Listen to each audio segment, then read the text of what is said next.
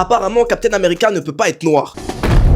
Ouais, suite à cette vidéo-là avec Miles Morales ne peut pas être Spider-Man d'après un tocard de Twitter. Bah j'ai reçu un commentaire similaire mais avec Captain America. Alors par contre, je suis d'accord que tout le monde peut être Spidey parce qu'on peut facilement s'identifier à lui. Mais pour Captain America, c'est totalement différent. Pour moi et pour plein de personnes, Captain America égale Steve Rogers. Pour moi, il n'est pas fait pour qu'on s'identifie à lui, mais pour qu'on l'identifie seulement à Steve. C'est pour ça que je n'aime pas qu'on dise que Sam est le Captain. Pour moi, le seul Captain America qui existe n'a qu'une seule identité et c'est celle de Steve Rogers. Et bah je suis totalement pas d'accord avec toi, mais pour savoir pourquoi, faut qu'on remonte à la base même. Si vous ne le savez pas, la toute première apparition de Captain America se fait en 1940 où il a été créé pour combattre les hommes du H. Parce que comme vous le savez, ils étaient en pleine seconde guerre mondiale. Puis dans le MCU, c'est exactement la même chose, le mec apparaît en pleine seconde guerre mondiale en étant Steve Rogers. Un grand blanc américain, yeux bleus, cheveux blonds, baraqué au possible pour taper les hommes du H. Puis à cette même période-là, il y avait un deuxième Captain America noir mais moins connu qui se nomme Isaiah Bradley. Où lui c'était plus un rat de laboratoire qu'autre chose. Et il y a une de ses phrases qui m'a marqué où il dit dans la série Falcon et Winter Soldier à Sam: aucun homme noir qui se respecte ne sera prêt à endosser ce costume. Puis là où vous vous ressemblez, c'est que vous avez la même mentalité, celle de 39-45. Car Captain America comme Spider-Man c'est un symbole. Si Steve était Captain America à l'époque, c'est que c'était le plus propice à représenter ce qu'était Captain à l'époque. C'est même pour ça que dans Civil War il abandonne son bouclier et que dans Infinity War il enlève la bannière étoilée. Parce que pour lui il ne se sentait plus de représenter l'Amérique et son gouvernement. Et c'est pour ça que dans Endgame il donne le bouclier à Sam parce que c'était le plus propice à être le nouveau Captain America. Car l'Amérique a changé, maintenant elle est pleine de diversité de couleurs et elle n'est plus celle de l'époque. Et n'oublie pas, si t'es pas du même avis que moi, c'est que t'aimes sûrement pas les noirs qui parlent de cinéma sur internet.